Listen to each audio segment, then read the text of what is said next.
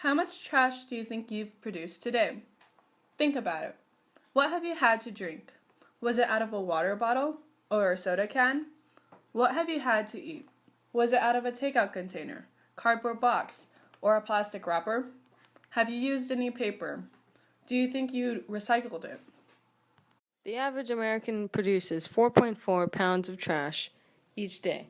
That's 29 pounds per week, 1,600 pounds per year. The average American lifespan is around 79 years, give or take. So the average American makes about 126,400 pounds of trash in their lifetime. But what happens to this trash? We know it doesn't disappear. We usually do not think about it where our trash goes because we ignore it. We either throw it away in a trash can or leave it on the ground. Some people recycle, but rarely do we compost. Our inability to regulate what we do with our trash leaves us with a bigger problem: pollution. The only way to survive is to eat. The American way of eating is by consuming. Our needs for consumption causes so much trash to be put out into the planet. The path of man is followed by a heaping pile of trash. We produce trash so rapidly that we fill our landfills so quickly that we have to resort to other places to dump our garbage.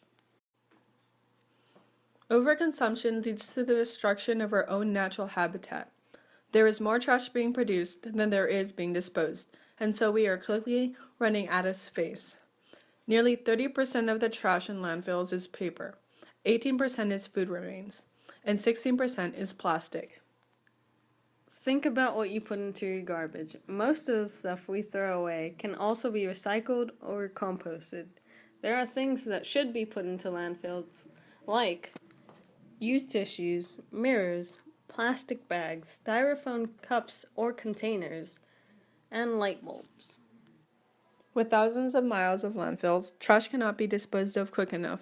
Toxic fumes such as methane and carbon can creep up into the air and pollute the ecosystems as trash decomposes. Such chemicals may also leak into water supplies, which lead to a number of serious health issues. If not taken care of, damage may be leaked into the ocean, which harms the animals and plants. The solution to getting rid of our trash is incineration, one of the most harmful and dangerous procedures. Pollutants are put into the atmosphere because of incinerators' thermal technologies. One pollutant named dioxin goes into the air. This chemical is proven to cause cancer, neurological damage. This is just one example of why we shouldn't be so careless with our garbage and think of other alternatives with our waste.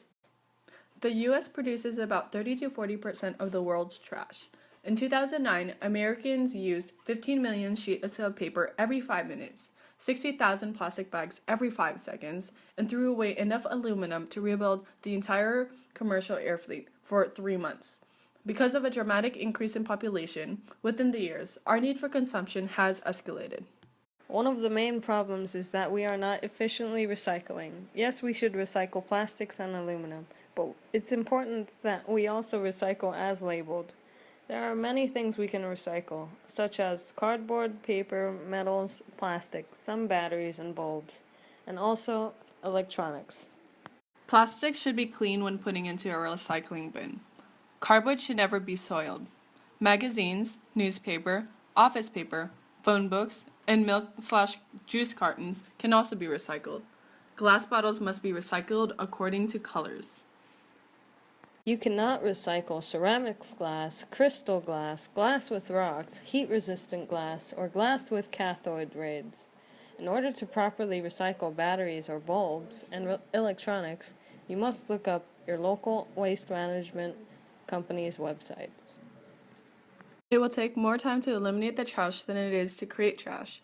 It will take 1 million years to decompose glass bottles, 600 years to decompose fishing lines, 450 years to decompose plastic bottles and diapers, 50 years to decompose foam plastic cups and tin cans, and 10 to 20 years to decompose plastic bags.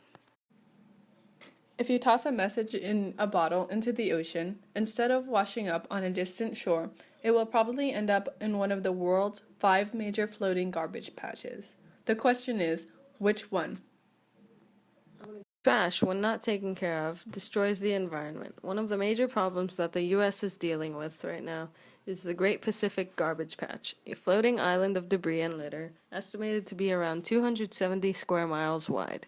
Most of this is made up of garbage and sludge that has found its way to the ocean. 20% of the debris comes from boats, offshore oil rigs, and large cargo ships that dump their trash directly into the water, while 80% of the debris comes from the land-based activities between North America and Asia. Majority of these items include styrofoam, fishing nets, plastic bags, and plastic bottles. These goods cannot fully biodegrade in water. Other alternatives to disposing of our trash, most of the food we eat is biodegradable, meaning it can be used as compost. Compost is a healthy way of getting rid of the food that we don't eat or want anymore. Compost consists of dirt and worms eating the waste and producing manure through their feces. Many things to compost, but some you shouldn't. Here are those things. Limes, because the acidity can run the compost. Meats, fat, grease, oils, ashes made from coal/charcoal, and pet droppings. But you should definitely research how to compost your food. Summarize our Pecha Kucha. Recycle and compost as much as you can. We all have an impact on this world.